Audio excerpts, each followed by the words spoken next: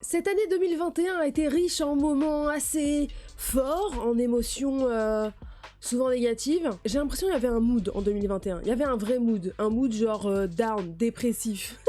Mais en vrai 2021, même si je trouve que c'est une année merdique et vous êtes beaucoup à le penser, il y a quand même eu de belles choses, il y a eu plein de choses et j'ai envie de vous en parler. Et faire le point sur cette année qui se finit sur une note COVID. Il va falloir tout défoncer en 2022. Comme ça là, je vais arriver pareil, j'ai l'intention. Hello les Nakama. On se retrouve du coup pour une petite vidéo. Là on est le 1er janvier, ça y est, 2022. Avant toute chose, je vous souhaite une excellente nouvelle année. Bonne année chers Nakama. Je vous aime très fort et je voulais vous remercier surtout pour toute cette année 2021 qu'on a passé ensemble. Ça fait 1 an que je suis sur les réseaux sociaux dans le milieu manga et vraiment vous faites partie des choses positives de cette année. Ah oui, il y a un nouveau setup, c'est mon setup made in Bretagne. Alors oui, pour beaucoup 2021 ça a été une année un peu dépressive, on a vécu pas mal de choses, dont moi, vous l'avez vu avec une certaine vidéo en novembre, octobre, je sais plus, où j'allais pas bien. Et c'est là que j'ai vu tout le soutien de ma communauté. Vous avez été beaucoup à regarder la vidéo et beaucoup à m'envoyer un message de soutien. Et c'est là que j'ai vu que ma communauté, elle était aux petits oignons. Et oui, 2021, ça a été compliqué pour moi. Oui, ça fait 1 an que je me suis lancée, donc évidemment, c'est les débuts. Et bah, on n'a pas toujours confiance en soi, on n'est pas toujours content du résultat.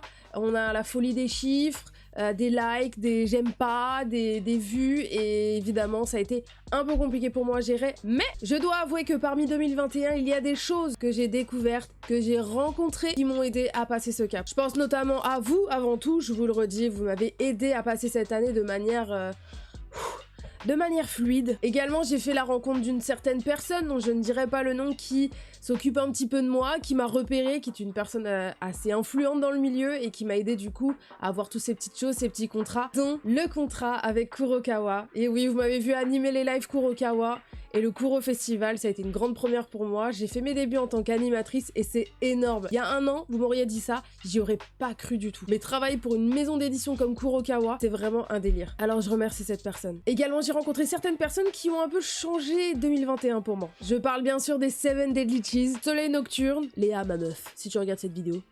Minotaku, salut à tous les otaku, j'aime trop dire ça. Il y a eu Afro Roshi et Zoro le frérot aussi. Ohayo Minna. Ici c'est la Katsuki.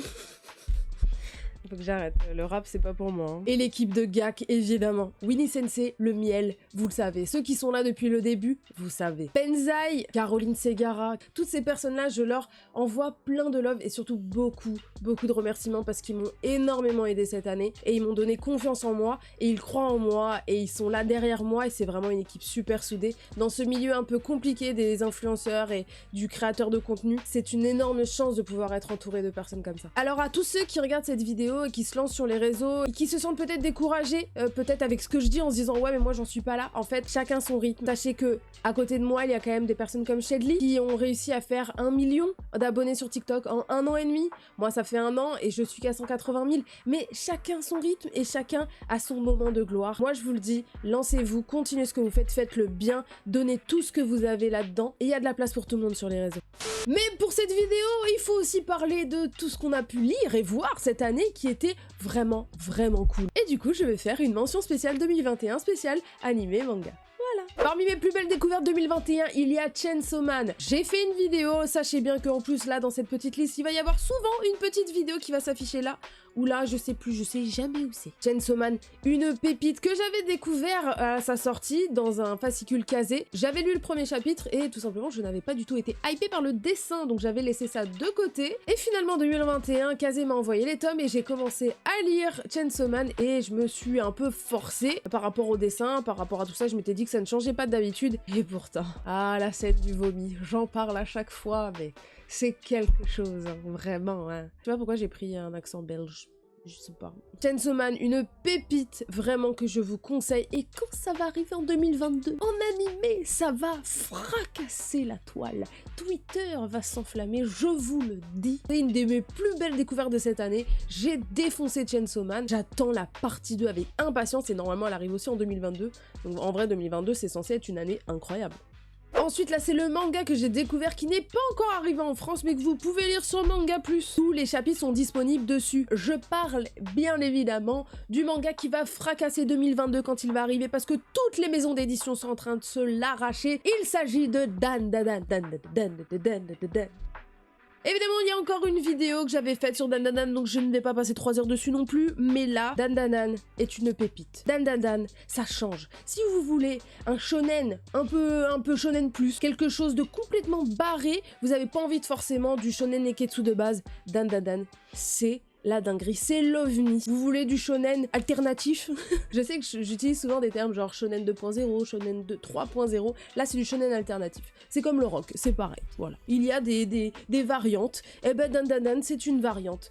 Et c'est incroyable. L'histoire est complètement barrée et ultra prenante. Les scènes de fight, des doubles pages. Oh, mon rêve de double page comme ça dans tous les mangas. Un duo de protagonistes homme-femme incroyable, vraiment un duo légendaire. Il va être légendaire ce duo, il est incroyable. Je fais que dire incroyable. Il y a quoi? Dan, il faut aller lire. Tu vas apprendre l'anglais, tu vas aller lire sur Manga Plus, sinon tu vas devoir te ronger les ongles jusqu'à ce que le manga il sorte en France. Fais partie de l'élite. Va voir ma vidéo et va lire sur Manga Plus. Ensuite, en animé, il y en a que 2 que je vais citer aujourd'hui, et celui vraiment qui m'a fracassé le cerveau, je me suis cassé la tête devant cet animé, c'est Devilman Crybaby. Oui, je l'ai découvert qu'en 2021, il est sorti bien avant, je crois en 2018. C'est un chef-d'œuvre. Devilman Crybaby est un putain de chef-d'œuvre, je vous le dis. C'est l'animé, je ne m'y attendais pas du tout. Évidemment qu'il ne faut surtout pas regarder avec tes parents, ou que tes parents tombent pas dessus, parce que c'est un peu spécial quand même. Qu'on aime ou pas l'animation, c'est un parti pris artistique, et vraiment l'histoire. Je suis rentrée dedans direct, je me suis dit, bon, il y a un parti pris, les OST. Puis la fin de Devilman Crybaby. Ceux qui ont regardé Devilman Crybaby, vous savez de quoi je parle. Grotesque.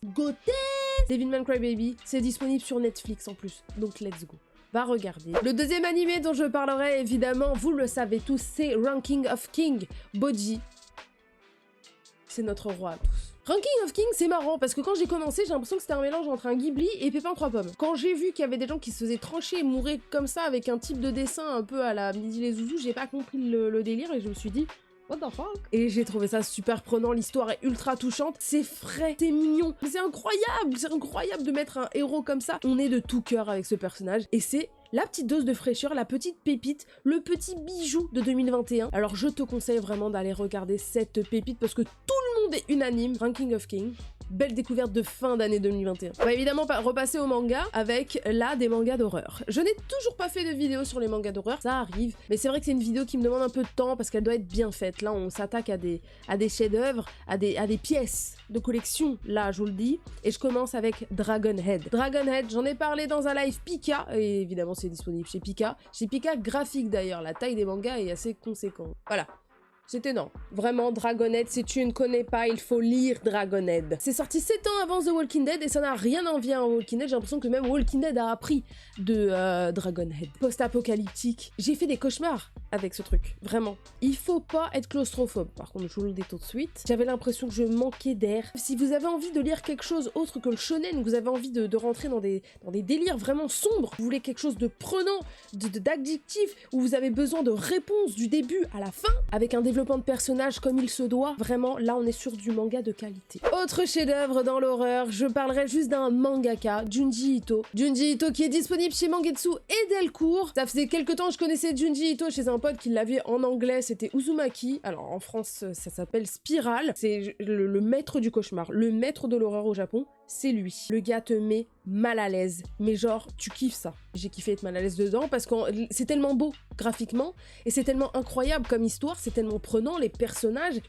féminins qui sont tellement bien dessinés et tellement diaboliques. Il y a des formes, des visages, des visions, mais tu te dis le type ne vient pas de la même planète que nous. C'est incroyable, Junji Ito, il faut lire Junji Ito. Si vous êtes fan de manga, vous n'avez pas forcément lu du Junji Ito, il faut lire les chefs-d'œuvre, il faut lire les classiques, il faut lire les maîtres du manga. Et il en fait partie. Donc go lire les Junji Ito. Je ne citerai même pas un seul manga, tu les lis tous. C'est compris? Je vais parler d'un autre mangaka, là, aujourd'hui, là, je suis partie, là, et lui, là, je me redresse, je me rhabille. Enfin, je suis déjà habillée, mais enfin, t'as compris, genre, hop là, comme ça. Je me recoiffe, hop là, comme ça. Parce que là, c'est un monsieur. Il s'agit de Shinichi Sakamoto. Et j'ai découvert cette année Innocent. J'en ai parlé dans ma vidéo des top mangaka selon moi, elle est par ici. C'est la claque visuelle de 2021. Shinichi Sakamoto, son level, c'est limite du réalisme au niveau des visages. On n'est pas sur un dessin manga classique, entre guillemets, ou dans le style manga japonais. Là, on est sur du dessin réaliste. Des fresques, à chaque fois, c'est des tableaux, le truc. À chaque page. Il n'y a pas une seule page où le personnage va avoir une tête ronde un peu mignonne pour mettre des pages, des notions d'humour ou quoi que ce soit. Pas du tout. Là, c'est un gars, tu te dis, le taf qui est fait, c'est juste incroyable. Il faut aller lire du Shinichi Sakamoto. Autre manga, un seinen que j'ai découvert qui est une pépite, j'en avais parlé dans mes premières vidéos où je vous propose 3 mangas. Il s'agit de Pour le pire, un seinen de qualité, vraiment avec une intrigue et un délire de psychopathe comme je les aime, vraiment. J'ai adoré, j'ai accroché dès le premier tome. J'ai chialé à la fin du premier tome. Les dessins sont incroyables, l'histoire est extrêmement prenante. Même les délires un peu mentalistes, psychopathes. T'as kiffé la série Mindhunter sur les psychopathes, les tueurs en série. C'est juste ce qu'il te faut, avec une dose de romance très creepy. On adore. C'est un bijou seinen psychopathe, on adore ça. Oui. On terminera avec du mainstream, du connu, mais il faut que j'en parle, bien évidemment. Je vais commencer avec Tokyo Revengers. J'en ai fait une vidéo d'ailleurs avant que l'anime sorte. On va pas parler de l'anime aujourd'hui, vous savez très bien c'est quoi mon avis sur cet animé légèrement raté à part l'opening. Mais en tout cas, je vous le dis, le manga. J'ai jamais lu un manga aussi rapidement de ma vie. On est sur du shonen furieux des familles qu'on attendait depuis un moment. Je sais pas comment il fait pour faire une intrigue aussi ouf à chaque fin de tome. Il te fait des scènes masterclass, des développements de personnages et un chara-design incroyable à chacun de ses persos. T'as envie de rejoindre l'automane. Mention spéciale pour Chifuyu et Mikey. Chifuyu, c'est le pote qu'on veut tous. Et Mikey, mais quel personnage! Quel personnage! Quelle écriture!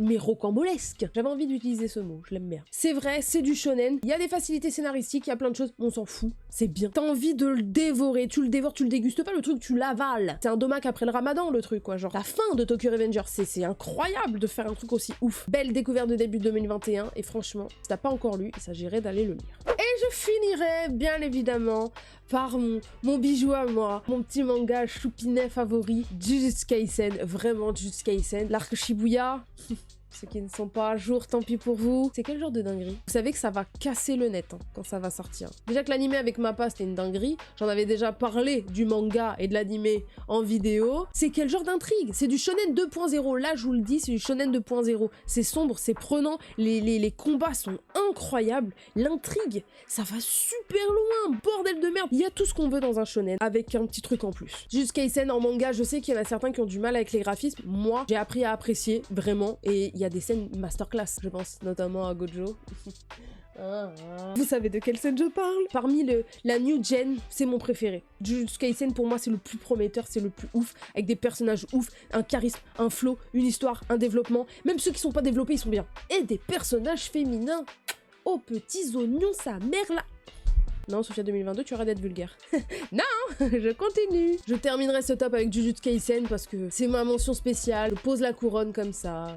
En tout cas, j'espère que mon top vous a plu. Moi, je dois quand même dire que 2021 était une année riche en manga. Et plein de belles choses arrivent pour 2022. Et je sais qu'avec vous, ça se passera évidemment archi bien. Parce que j'ai votre soutien et j'espère vraiment être à la hauteur de vos attentes. En tout cas, j'essaierai de vous faire un maximum de vidéos et plein de nouveaux concepts et encore plus de live Twitch. Et j'espère que vous serez présents comme vous l'avez été pour moi cette année. Donc je vous remercie énormément et encore une fois, je vous souhaite une très bonne année. Ah, t'as cru qu'elle allait pas avoir d'outro? Oublie pas de t'abonner, oublie pas de lâcher le petit pouce bleu, d'activer la cloche et partage sur tes réseaux sociaux. Tu peux filmer ta télé, filmer ton écran, faire une capture d'écran, tu me repostes sur tes réseaux, tu me marques, je reposte, ça fait plaisir, ça étend la communauté, ça m'aide beaucoup et tu seras un super méga BG Nakama si tu fais ça. Ouais. Bye bye les Nakama.